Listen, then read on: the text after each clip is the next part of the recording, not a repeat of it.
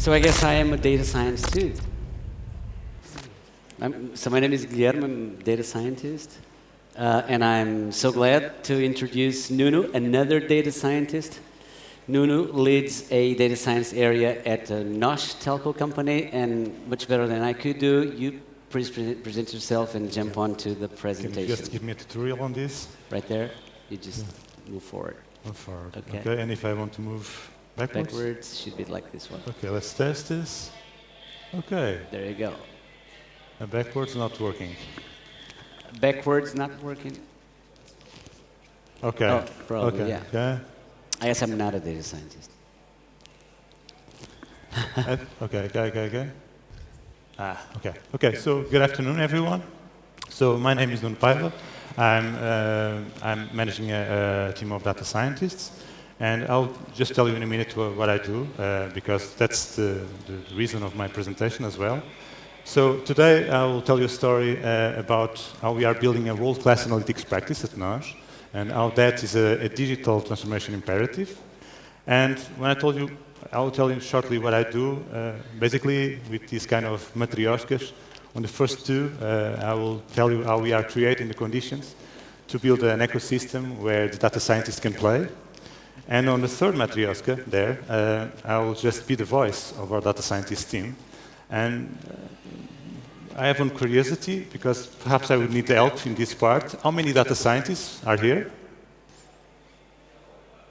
So, yeah, okay. That to Python? okay, there, okay, yeah. Okay, so, excellent, okay, very good. So, my first matryoshka would be about how, why AI and machine learning are imperative for our business, and which are the key areas and development areas of our analytics program. So let me get into it. So probably a lot of companies that are here today have this ambition of being the leaders in customer satisfaction. That's kind of a more banal thing to say. Very important, but very common. Then the key objective, we can say that we want to become customer-centric, and that probably everyone wants that. And then we start to have different things, such as initiatives. So probably to reach this, I want to have a personalized and digital first interaction. And probably I want to think of the customer as a segment of one. So I want to provide the customer the offer that he really needs. And probably I want to take the pulse out of our customers and understand what is going on in this home when we are delivering the service that we promised that we should deliver as an excellent and outstanding service. Perhaps sometimes we don't do that, so we need to understand that. And to do that, my claim here is that we cannot do this if you don't have deep analytics installed. If you don't have that capacity, you cannot do that. For instance, if you want to personalize interactions, probably you want to do this with some techniques of conversational AI. Probably you could do simple stuff, but probably you want to reach that stage. If you want to have a segment of one, probably you want to have like predictive and prescriptive next best action. And this can be done in a million different ways.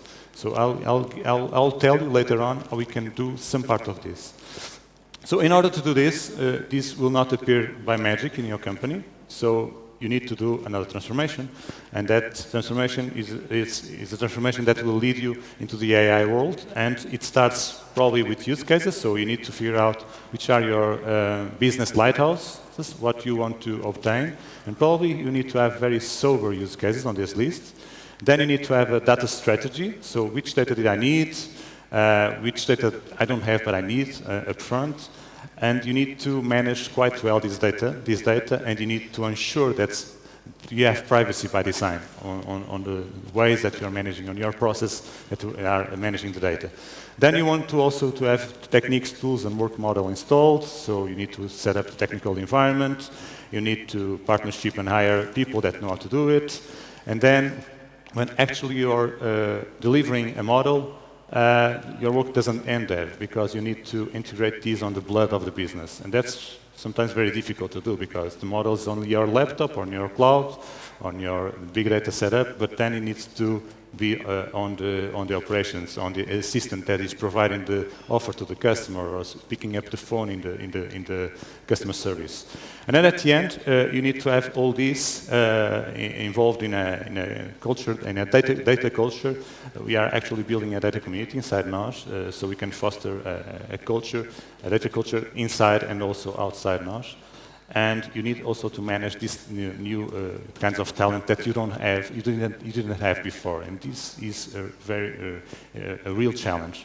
So very quickly, just a quick overview of how we are scaling up our AI transformation. So that's like a journey. We started with the strategy definition, of course, that we already had in 2018 analytical projects in place. Of course, that we had it, but our digital transformation project just accelerated this and kind of consolidated this in a strategic view. Then we set up the foundations to work, and those technical foundations, so we get this big data and AI infrastructure, and then we also set up a specific team that was born in the transformation project to deliver new use cases. And now we are just in a phase that we are scaling up and we are industrializing the delivery of the use cases. So that's where we are now. Okay.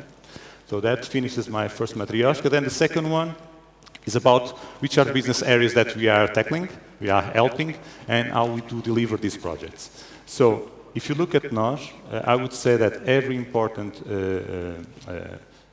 business decision-making process, we should help those functions in order to do better decision-making. So if you look at NOS, it's a vast organization, and we have a lot of opportunities to apply AI.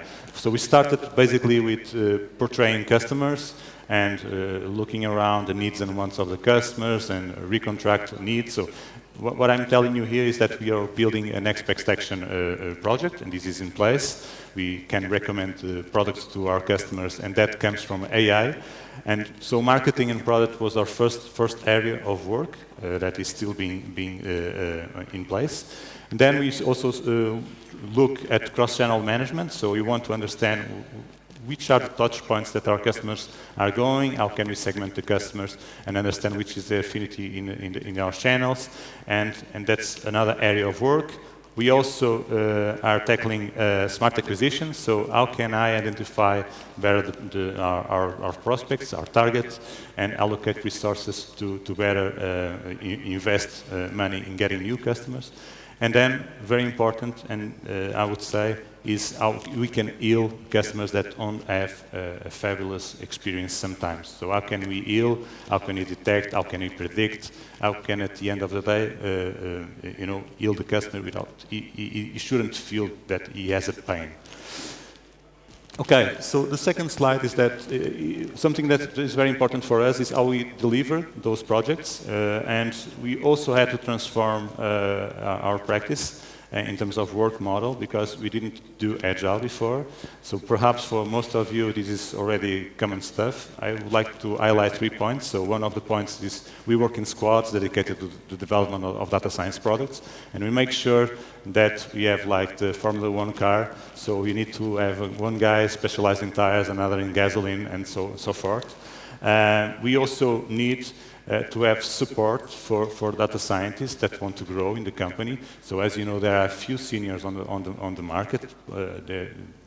We have kind of an obligation of growing more seniors in the company, and that is can be done, but if you allocate effective resources to mentor more junior staff, and we embed that principle in our project management. And then as well, NOS is a very wide organization. It has data science teams spread along the directions. And what we are doing is we are linking those directions and giving a community to our internal practice, so we can have a more interesting ecosystem for the data scientists, and we can discuss topics such as knowledge management, how we can enhance our productivity with tools, how we can do partnerships, for instance, with academia. And that's something that we do. And of course, very important, and I would say is the secret sauce of our data science practice, is the data scientist itself. So here we have like Hive, oh, by the way, you could have a place there as well. I don't have a hiring slide. And I have here something just to tell you that diversity, we value diversity. And this is the message of the slide. So there's no unique path of a data scientist that doesn't exist for now. So what we try to do is we get good talent, and talent that is coming from different places. So we get people from bioengineering, aeronautics, people from different universities that can link us to that network of different universities. We also get people that were working in AI firms or people that were working in more traditional consulting companies, so they have different frameworks of thinking. And that's something that at the end of the day should take us to the next level and should allow us to do different stuff that we are not doing before. So if I want to look at unstructured data and speech and process that data, for instance, to enrich our customer interactions, now I can do this because there are people on the team that know how to do this. If I want to use deep neural networks, autoencoders, to understand not only the propensity of the product, but also the uncertainty related with the offer that I'm going to do to the customer, we can also do that, and we can say to the business, if you want to test this offer for a segment of customers that never see this product, now you can mitigate risk because you have like this tool to use. And we also can do exciting visualizations and try to understand better the data with new techniques. Okay? Well, next Matryoshka. So here I will just voice what we did in a use case, because I think one of the things that you should take from the presentation would be probably something that you could use on your business, and I think this is a very exportable use case. If I can get the slide to... Okay. And this use case relates with improving customer experience in outbound calls. So I'll not ask you for raise hands on who receives outbound calls that doesn't want to receive. A lot of us receive undesired outbound calls. So there's an intense need to contact customers when the customer wants to be contacted. We have a very intense activity in outbound calls. We do more than 12 million calls just this year. We have like 16% of calls answered, so it's quite a low rate of answer rate in outbound. And the challenge here should be calling the customer to the right time. And there's another internal challenge, which is we have a lot of operations, but those operations don't work, are not set up in the same format.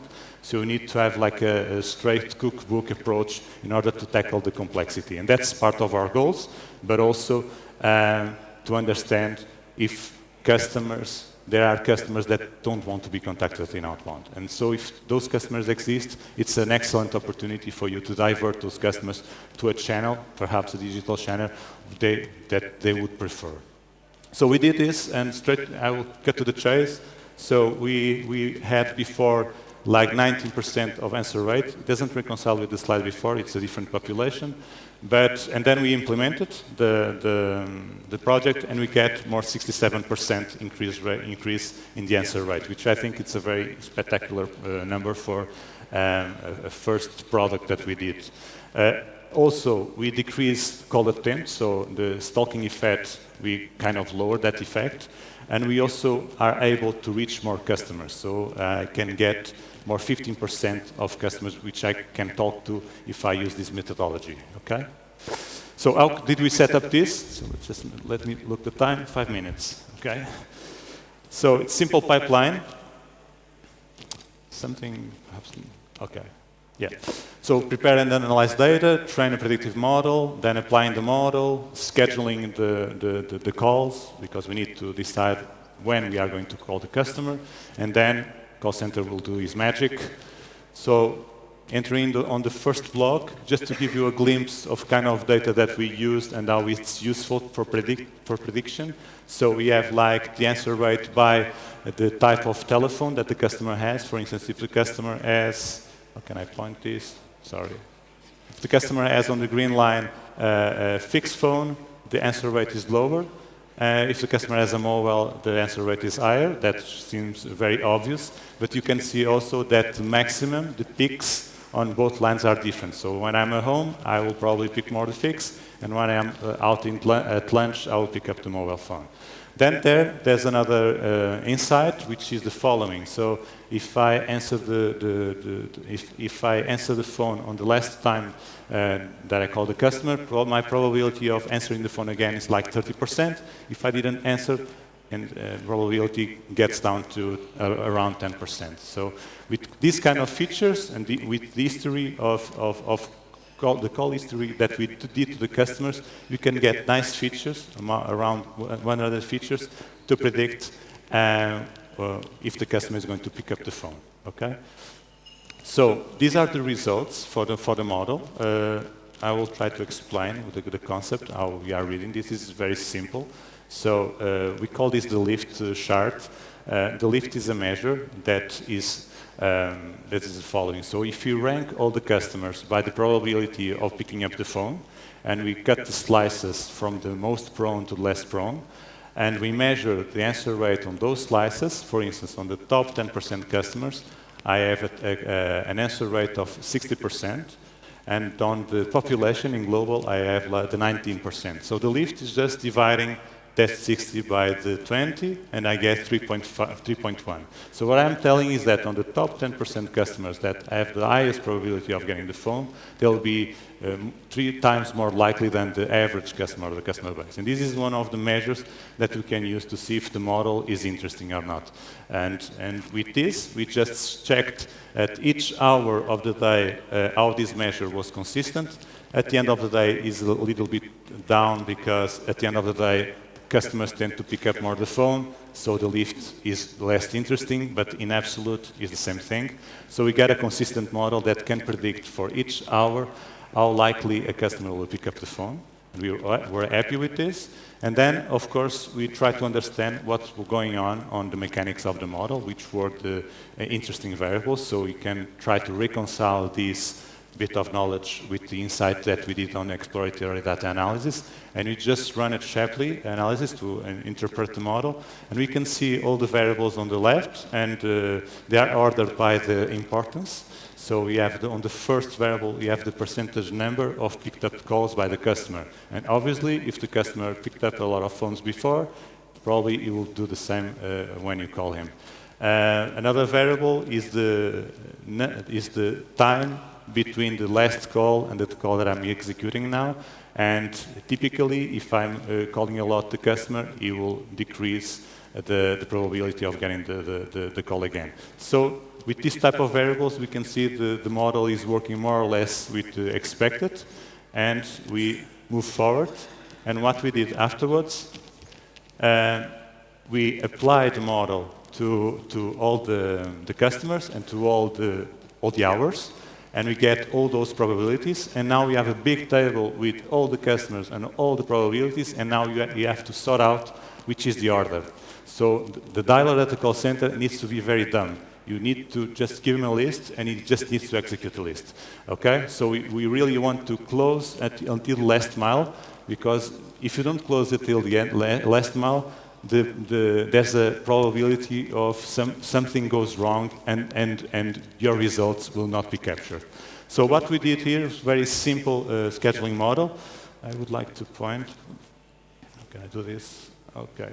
Very simple model. So what it does is just identifying the maximum values for each customer, and then we are just subtracting for each customer each probability by the maximum value, and we are trying to calculate the opportunity cost, and then we rank the customers by each hour by the opportunity cost. So basically, what we do is, if I have a customer that will pick up the phone at 1 p.m. and it's like 20% at 1 p.m. and now it's 2%, so I should save the customer for later. And that's the type of mechanics that we have here.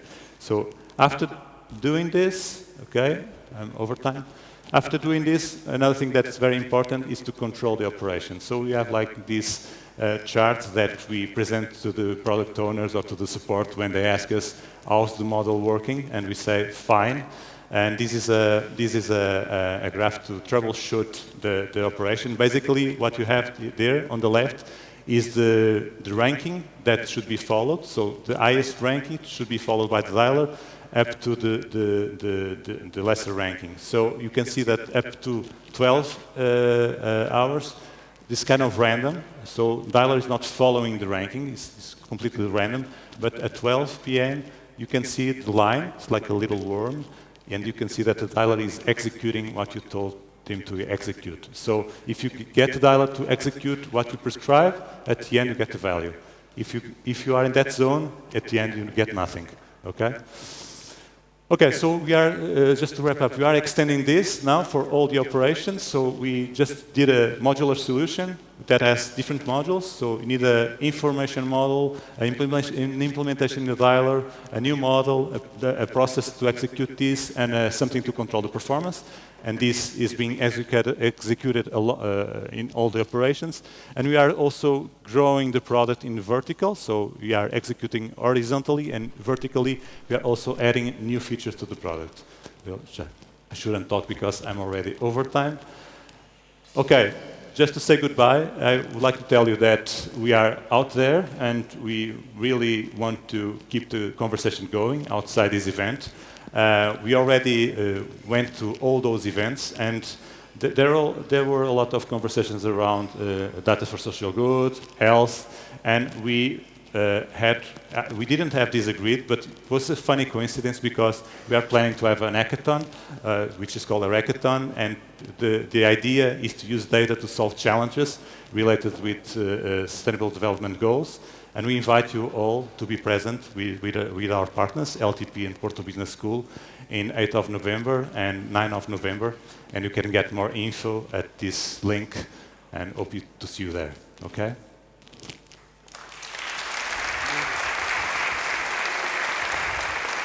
Nuno, thank you.